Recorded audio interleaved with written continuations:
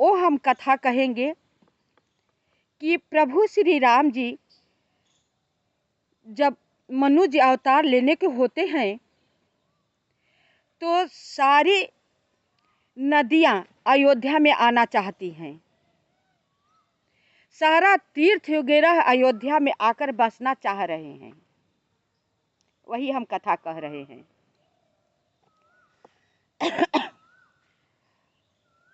बाल चरित चहु बंधु के बनज विपुल बहुरंग नृप रानी परिजन सुकृता मधुकर बारी बिहंग मंगल भवनय मंगलहारी द्रवहु सुदशरथ अजिर बिहारी। जब भगवान अयोध्या में आने के होते हैं ना, इतना बगीचा फुलवारियाँ इतना सुहावनी नगर हो जाते हैं। शीतल मंद पवन जो है आ करके अपना बसेरा बना लेते हैं। मंद मंद सुहावनी हवा बहने लगता है। सारी नदियाँ उमड़ उमड़ कर आने लगती हैं। सारा तीर्थ अपना बसेरा जमाने लगते हैं, क्योंकि प्रभु श्री राम जी के विष्णु भगवान अवतार मनुष्य के अवतार लेकर के आ रहे हैं अयोध्या में राजा दशरथ के घर। हम लोग देखेंगे, दर्शन करेंगे कि बालक स्वरूप आए कैसे। विष्णु रूप तो कोई देखा नहीं, कम से कम वो आ रहे हैं बालक रूप में, कैसा लग रहे हैं देखने के लिए उन्हें सारे लोग लालायित रहते हैं। ये भी भगवान विष्णु जी किसी के घर आएंगे नहीं, किसी के घर पुत्र होंगे नहीं। ये भी राजा दशरथ जी पूर्व जन्म के मनु राजा थे। कौशल्या अदिति थी। बहुत इन लोगों दोनों ने इतना तपस्या किए थे, इतना तपस्या किए थे, पता ना हजारों हजार साल तो पेड़ में टंगे रहे उल्टे। ब्रह्मा जी वरदान देने आए, फिर शंकर जी आए, लेकिन किसी से वरदान वो नहीं लिए। अंत में हार करके विष्णु भगवान को आना पड़ा वरदान देने के लिए। कहते हैं जब भगवान आ गए तो जब आए तो उन्हें ऐसा महसूस हुआ दोनों को कि अभी घर ही से आए हुए हैं। घर से जैसे कि उन लोगों के पास बहुत फुर्तीला शरीर, सुंदर, अंदर जोर, सब कुछ था। यहाँ पर तो तपस्या करते करते केवल हड्डियां भी रह गई थी। भगवान को दोनों राजा और रानी एक टक निहार रहे हैं, देख रहे हैं, कुछ बोल पा नहीं रहे हैं, केवल आंखों से प्रेम आंसू बह रहा है। भगवान अपना चतुर्भुज रूप में खड़े हैं, एक एक अंग जो है उनका निहार रहे हैं। कैसा इनका केस है, कैसी इनकी आंखें हैं, कैसे इनका होठ है, कैसी चौड़े सीना, लंबी लंबी भुजाएं। रूप न तो सांवला है न गोरा है। समझ में नहीं आता है कि किस रूप के कहे कि विष्णु भगवान किस रूप के हैं, कितना सुंदर है। ऐसा सुंदर तो राजा ने कभी या रानी ने कभी देखा ही नहीं था। पीला पीतंबर सब कुछ अपना लिए हुए नीचे से ऊपर तक निहार रहे हैं। जो भगवान मंद मंद मुस्कुरा रहे हैं, कह रहे हैं बहुत देर हो चुकी थी। तब ये बोलते हैं बोलो, मैं आ गया हूँ। तुम्हारे भक्ति पर प्रसन्न होकर के मैं वरदान देने के लिए आ गया हूँ। तुम दोनों ने इतना कठिन भक्ति किए हो, इतना कठिन भक्ति किए हो कि मुझे न चाहते हुए मजबूर होकर आना पड़ा। मांगो, मेरे पास क्या ऐसी चीज नहीं है कि मैं तुम्हें दे नहीं सकता। तुम्हें हर वस्तु मैं तत्काल दे सकता हूँ, बस तुम्हें मांगने की जरूरत है। जो चाहे, जो मन में आए सो मांग लो, मैं देने आया हूँ। अपना शील संकोच को छोड़ दो। समझ में नहीं आता है मनु राजा को कि मैं क्या मांगू, मांगू तो क्या मांगू इनसे। 3 बार भगवान बोले, मांगो मांगो, मैं देने के लिए आया हूँ, अपना संकोच को छोड़ दो। तब हे अंत में कहते हैं कि हे प्रभु, मैं आपसे क्या मांगू। मेरा छोटा मुंह बड़ी बात, छोटा मैं हूँ, अभिलाषा बहुत बड़ी चीज है। वो मांगने में मुझे संकोच हो रहा है, तुच्छ समझ में आ रहा है कि आपसे कैसे कहूँ। अभिलाषा तो बहुत बड़ी है, लेकिन मैं कहने में असमर्थ हूँ। मैं चाह कर नहीं कह पा रहा हूँ, चाह कर के नहीं मांग पा रहा हूँ। तब मुस्कुराते हुए विष्णु भगवान उनकी मन की जो व्यथा थी वो समझ जाते हैं और कहते हैं, अपना संकोच को छोड़ दो, जो हो सो मांगो, मैं वही दूंगा, जो तुम चाहोगे वही मिलेगा। अपने आप को छोटा मत समझो, तुच्छ मत कहो। मैं तो अपने भक्तों को वो बढ़ाई देता हूँ कि अपने आप को मैं हार जाता हूँ। तब ये अंत में कहते हैं मनु राजा जी कि हे प्रभु, अपना दोनों हाथ जोड़ करके बहुत निर्मल भाव भक्ति से आंखों से आंसू बह रहा है और करबद्ध हो करके पूरे दीनता के साथ, जैसे भिखारी भिक्षा मांगता है या धीर हो करके, उसी तरह पूरे दीनता के साथ विष्णु भगवान के सामने खड़े होकर के कह रहे हैं, हे भगवान, यदि आप देना ही चाहते हैं तो मेरी एक अभिलाषा है, उसी को पूरा आप कर दीजिए।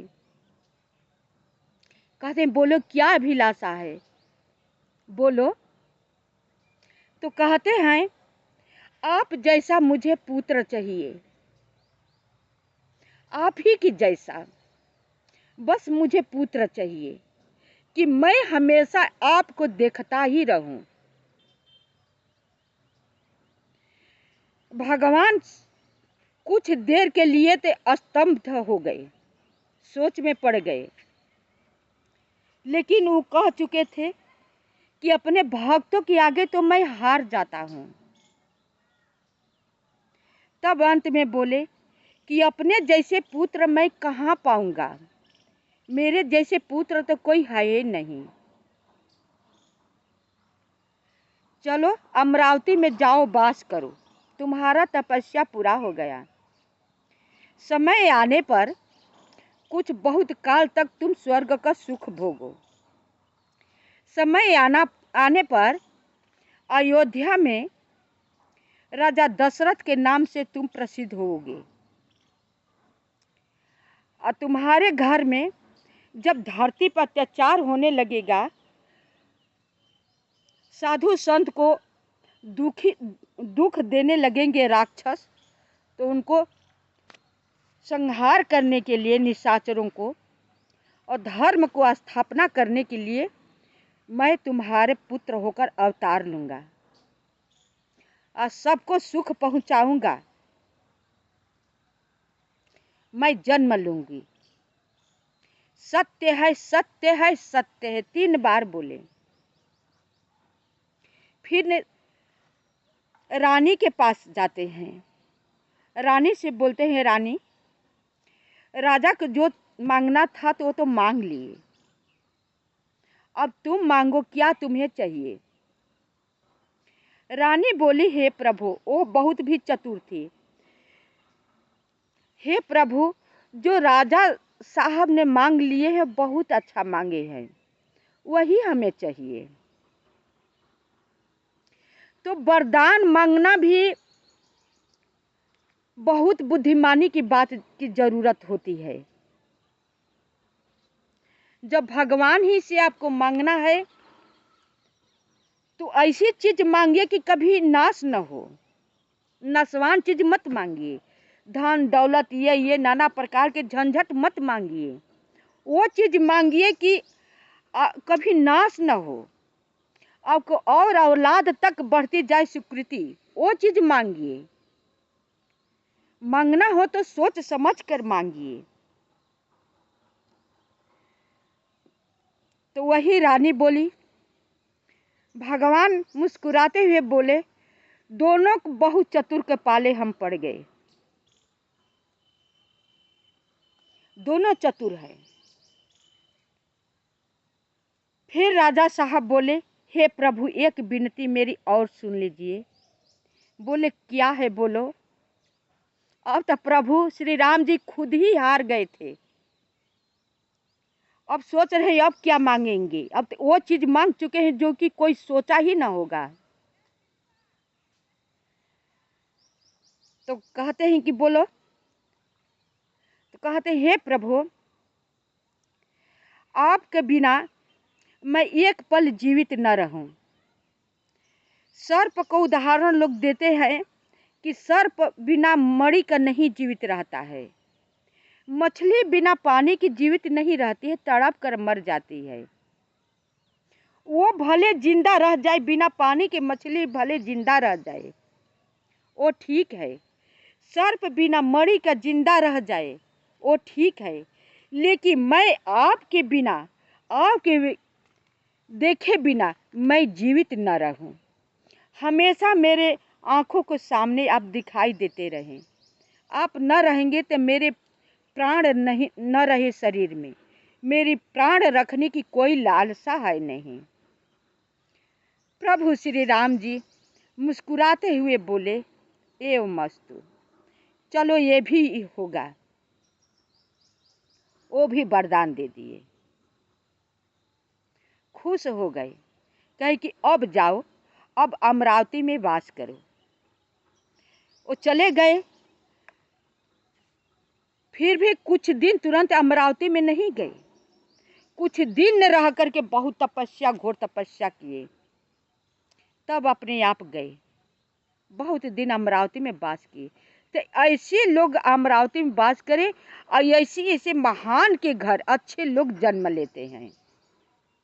जैसे संत लोग का मृत्यु होती है तो अच्छे घर में जन्म लेते हैं, वैसे वैसे घर में नहीं जन्म लेते हैं। उनके उनके घर में कोख में अवतार नहीं लेते हैं। जो अच्छे पुत्र हो ना, तो माँ का कोख जो है पवित्र हो जाता है। बिगड़ा हुआ सुकृति उसका बन जाता है।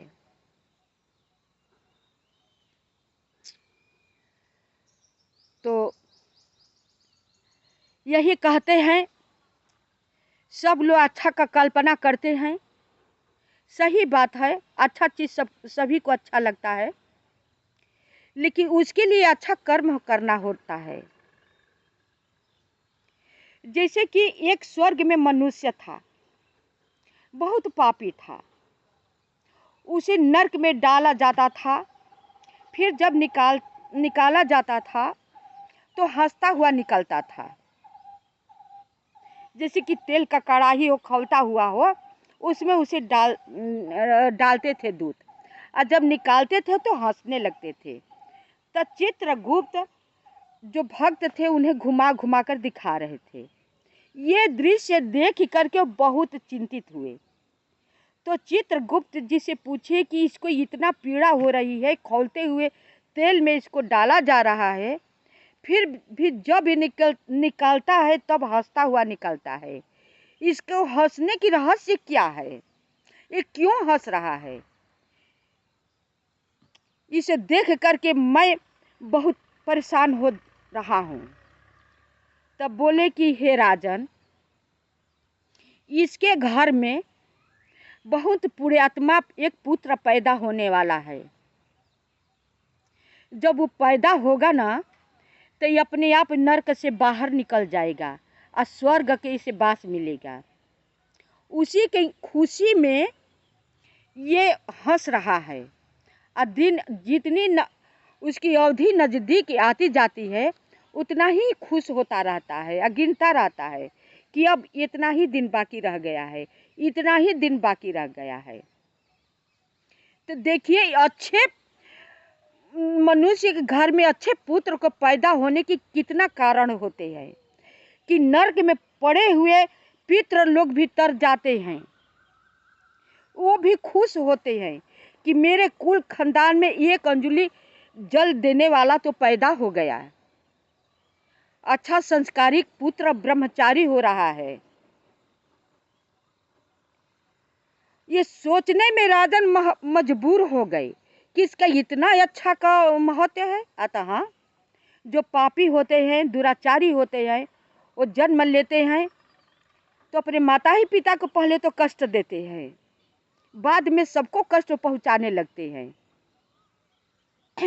उसे दुखी होते हैं और उसको पाप बढ़ता है।